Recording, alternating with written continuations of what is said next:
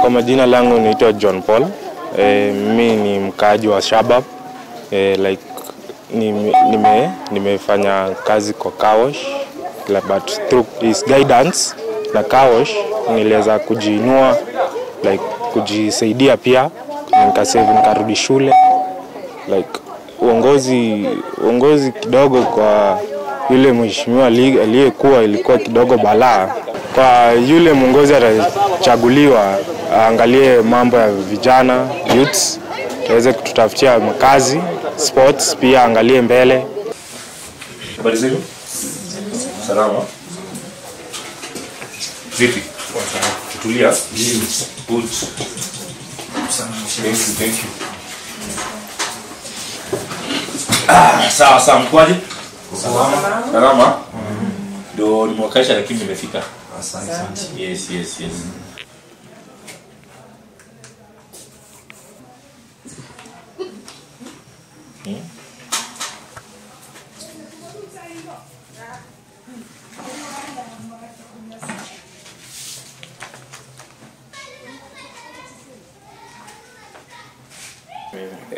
Majina yangu ni Jimmy Garang. I'm a resident of Shabab Ward, Nakuru Town West constituency, where I'm vying as an aspirant MCA seat. Nimekuwa resident wa Shabab for around 20 years since my schooling. I went to school in a rural area, but eventually joined a secondary school in Langalanga, where I finished in 2002. I've been in the matatu industry for a period of 5-6 years, immediately after finishing my high school. And I worked there as a tot, and eventually I joined a group or an NGO called Afya Plus, where I was trained as a peer educator in the same industry. At that time we had a project called MCP, the Matatu Crew Project, where we were trained as peer educators to train other peers on behavior change aspects. So nimekuwa kwa matatu na nimejua story ya matatu na vijana venye wamekuwa na mambo zao, na tuliweza katika hiyo knowledge tulipata through peer education kuweza kuwafundisha kuhusu mambo ya alcoholism, mambo ya drugs na behavior change, na at least tulikuwa na a success story. Being in Shabab, nimeona changamoto mingi sana for the period nimekuwa hapa, because as a youth nimeona kumekuwa na shida ya unemployment, that is where vijana wanakosa kitu ya kufanya. But as Garang nimejaribu juu chini kulingana na several initiatives zenye nimejaribu ku come up with ya kusupport ama ya kueliminate mambo na unemployment. One of them, I've been in a garbage collection industry where I have a company, and within that company I've employed 13 young people who are working under the same initiative, and at least they get something at the end of the day. The same thing, we have a car wash, where is a joint venture with a friend of mine, where the same venture we have employed several youth, 5 of them, and I think there are several, 8, not 7, 8, not 5, 8. And part of the team who works as employees there, some of them are even the graduates from universities, some are secondary leave out, and I can say from that initiative, all those 2 initiatives I just mentioned, these people are at least getting something to sustain their lives. The reason why I thought of running for the MCA seat in this ward, having been here for those years I've just mentioned, I've seen the need of helping helping our people. Like hii ward ukiangalia, it's a cosmopolitan ward. We have several communities living within. Now, I think I am the best person who feels to be the seat, given that the current MCA is now going for the upper seat, and I am the only that person mwenye anaweza unganisha wale wakaaji wa Shabab waweze kujumuika pamoja na at least wa feel the leadership ni wanataka. Through the experience nimegeni kwa matatu, nimeweza ku work out with different communities. Na I believe in leadership you are supposed to accommodate each and every tribe ambayo inaishi kwa hiyo maeneo, na ndio uweze ku accommodate hao watu lazima ukuwe na roho ya kusaidia. Mimi kama Garang nimeweza kusimama na familia tofauti bila hata hiyo kiti ya MCA. It doesn't mean like ukuwe umechaguliwa ndio usaidie watu, but whenever there's a problem ama whenever there's a desire ama kuna hiyo mahitaji inatakana mahali fulani usaidie watu, that's where watu wana feel you are most needed. And juu saizi I'm vying, and I'm not just alone. We are like 8 candidates within this ward, and all of them are going. We are running for the same seat. But I place myself as the best because of my track record. I've done a lot for this ward. I've done a lot for the people of the Shabab Ward, and I believe if I'm given that opportunity as the MCA, I'll be able to do much more better. I want just to talk about the resource distribution within this ward, whereby we have several villages from Gidima to Kenlands. We have 7, and for us to get that development that we may feel is the best, we must have the right way of distributing the resources, starting from Gidima to Shabab. We normally have public participation, but I don't think that we normally get the right number of people to participate in these programs or these meetings. So in my leadership, I'll propose we do more devolved meetings within these villages I've just mentioned. We might have at least one meeting, public participation, by each and every village, whereby people or the residents of that area will be given opportunity to propose the project they feel good for their area. And by doing so, I believe each and every area will get the opportunity to get the right development they need.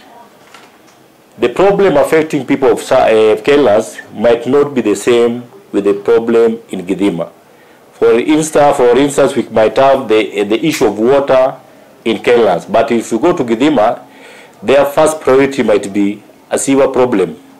So when these people are given opportunity to participate in this public participation within their area, they will feel good and have that opportunity to talk direct for their issues. I have 9 points agenda for the Shabab Ward, which I believe if I'm given opportunity, I will be able to change the lives of the residents of this area. Within my 9 points agenda, I just have to mention one by one. I've just talked about the youth empowerment, of which I've done a lot on that. That's one point. Secondly, we have the issue of education. Education mostly in the county government system, they normally do much on bursaries and the ECD. We have four primary schools in Shabab Ward. That is Koinange, Mamangina, Nakuru West, Primary and Muslim. And I think these schools, kila mwaka watoto wanaongezeka. Na watoto wakiongezeka kumaanisha zile darasa ziko nazo bado hazitoshi. So under my leadership, I will lobby for more classrooms. But in this case, I will maybe want us to get a high-rise building, simply because they normally as we normally do the bungalow rooms or the bungalow classrooms, the space in the schools inakosekana. So the moment tutatengeneza zile high-rise, that's when we'll have enough space and enough classrooms for our kids. Issue of bursaries, we have the national government, CDF bursaries, and the county government bursaries. We have been getting a lot of complaints concerning how the bursary has been being distributed in our area, and I know very well this bursary should mainly go to those needy cases. Within our ward, lazima tutafute njia ya ku-identify each and every village, the needy cases ni gani na gani. So we'll work close to the village elders, to the chiefs, and the community workers to identify those needy cases before the distribution starts. So that's agenda number 2. And agenda number 3 is about the health. In our ward, we have only one health facility, that is Nakuru West Clinic. I think it will be good if we do a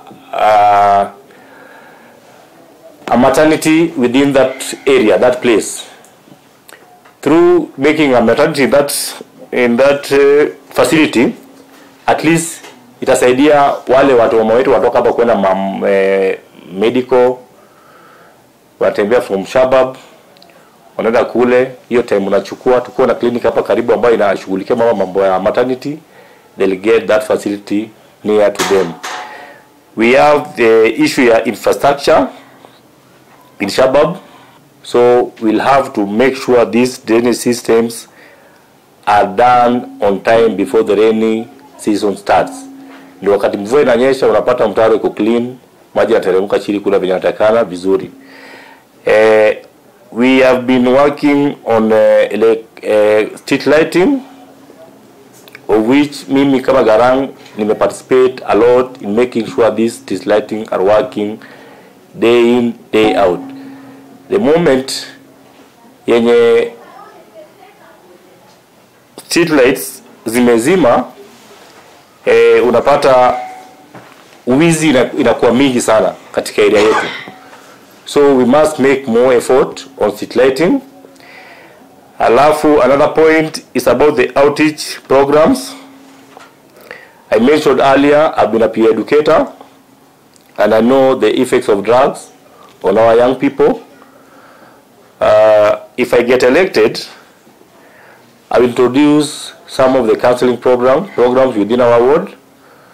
We have our ICT center within the Shabab Open Grounds. We have a social hall, so we can introduce those programs whereby these young people will get a chance to get counseling and maybe have at least a behavior change on them. We have an issue of sports. We have several sports activities in Shabab. One of them being football. We have, I think, 3 or 4 football clubs, and one for men and one for women. So in these sports, I think we normally get like some funding annually from the county government. But I don't think if those people who are supposed to benefit from this funding get the right funding from the offices or from the leadership we have at the moment. So in my leadership, I tend to make sure these funds are utilized well, they serve the right purpose. If it's about the uniform, they get on time, and everything needed to support the running of the activities, maybe in the sports. We have another issue of PLWD. I think in PLWD, it's talking about the people living with disability. Now, in our constitution, hawa watu wakuwagi wameangaliwa vizuri, na there's an act of parliament ambayo ilikuwa introduced in 2013, whereby these people are supposed to be supported. So I will make sure nime lobby if there are those funds that they are supposed to benefit from. I will lobby for the funds and make sure they get what is required for them. On security, this is now where we have a problem. Like right now, in Shabab, there's this insecurity issue ambayo tunataka tukae tufanye kazi pamoja na wale security organs in making sure the area is safe for everybody living in it. I know and I believe if we work close with those, the DCC, the OCS, that's the Kenya Police Department, and the Nyumbakumi, and the chiefs, I think the issue of insecurity can be managed on time. So, back hapo kwenye nimefika, I think that's my 9 points agenda that I will love to give to my people of Shabab Ward. And I believe the journey just started, and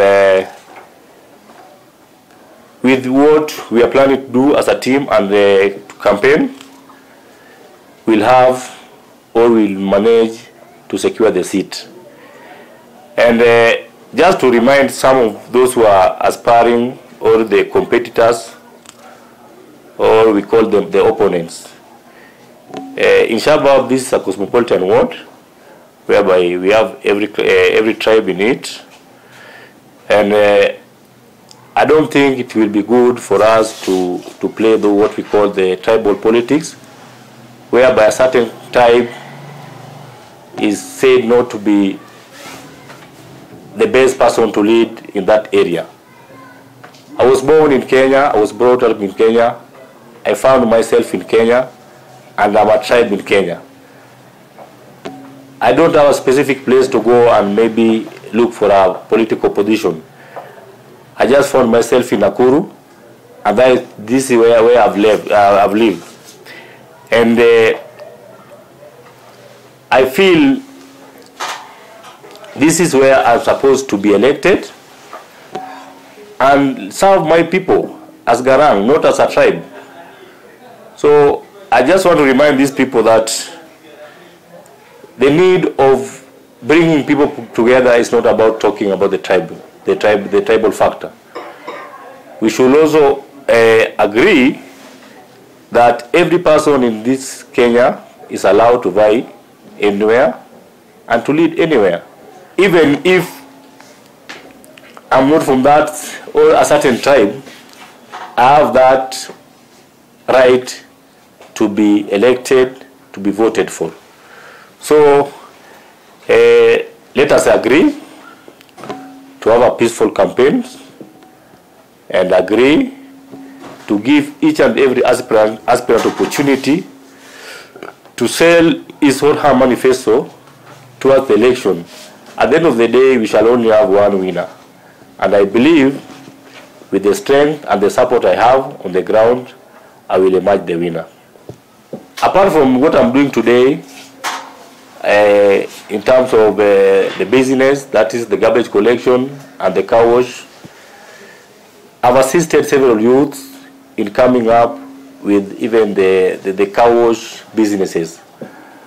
And if you go around this Shabab, I think you'll get 2 or 3 car wash that I have just assisted in one way or the other to make sure they are working and they are at least supporting other families. In 2009, when I was in the matatu industry, I got a chance to participate in National Youth Council election, and I was elected to represent Kaptembwa sub-location as a youth leader. I think so it was the only election that was done under the NYC until today. So I'm still the elected representative of youth in Kaptembwa. Again,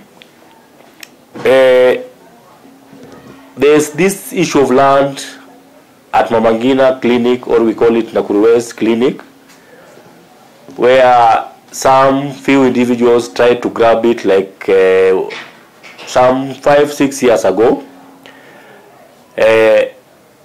We, as the people of Shabab, we went there and defended the land which was being taken by a land grabber. And I can tell you today, even if we don't, as the people of Shabab, we don't have that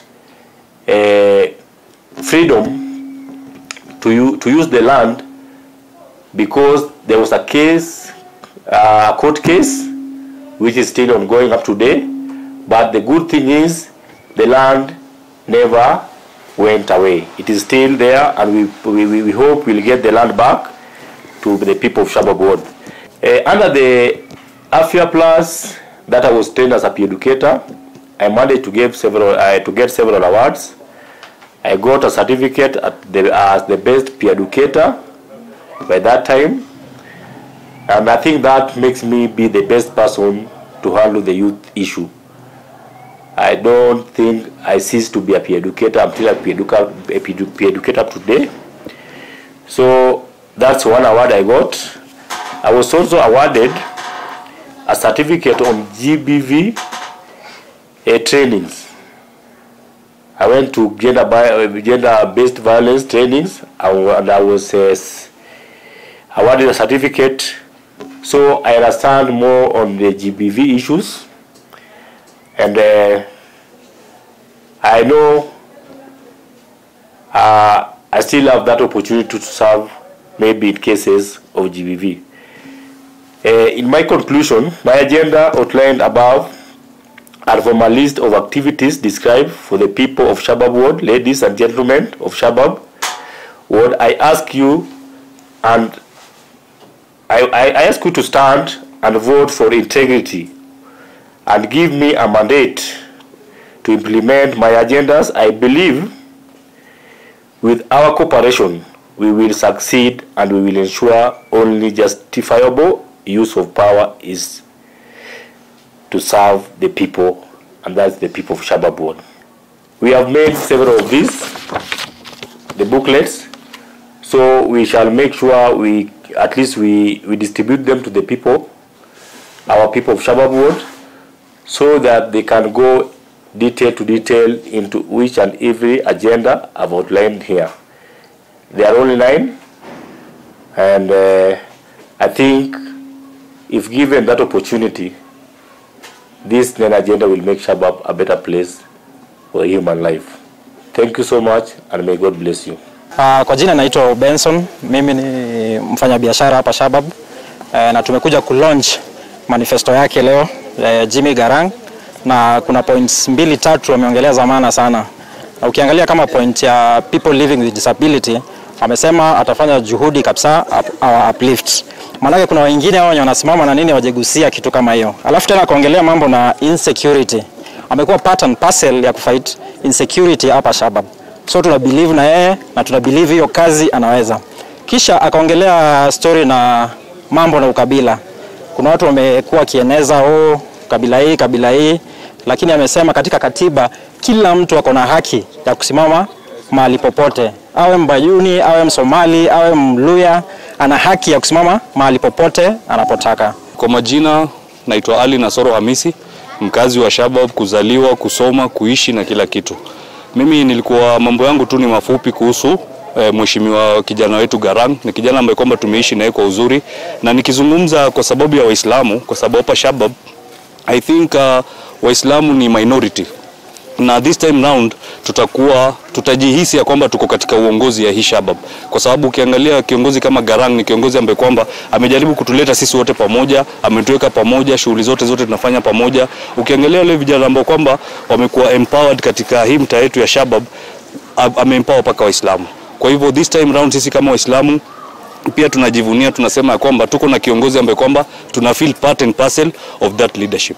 Kwa hivyo yangu sina mengi, ni kuomba tu itapofika tarehe 9 mwezi wa 8 sisi wote tushikane pamoja na tuweze kumchagua kijana wetu Garang. Ni kijana ambaye kwamba anapenda maendeleo, na ni kijana ambaye kwamba ukiwa chini atakushika akuinue juu. Kwa hivyo sisi wote kwa pamoja tushikane ili tuungane pamoja tuweze kumsaidia ndugu yetu Garang. Kwa majina ni Karen Mwangi, mimi ni mkazi wa Shabab, haswa pale Koinange. Mimi nafurahi ya kwamba nikisikiza ama nikiona manifesto ambayo kiongozi mtarajiwa Jimmy Garang ame-unveil leo, na haswa ile mambo yenye ama ile kitu imenifurahisha sana kwa hiyo 9-point agenda ni kwanza kuna hii mambo ya youth na women empowerment.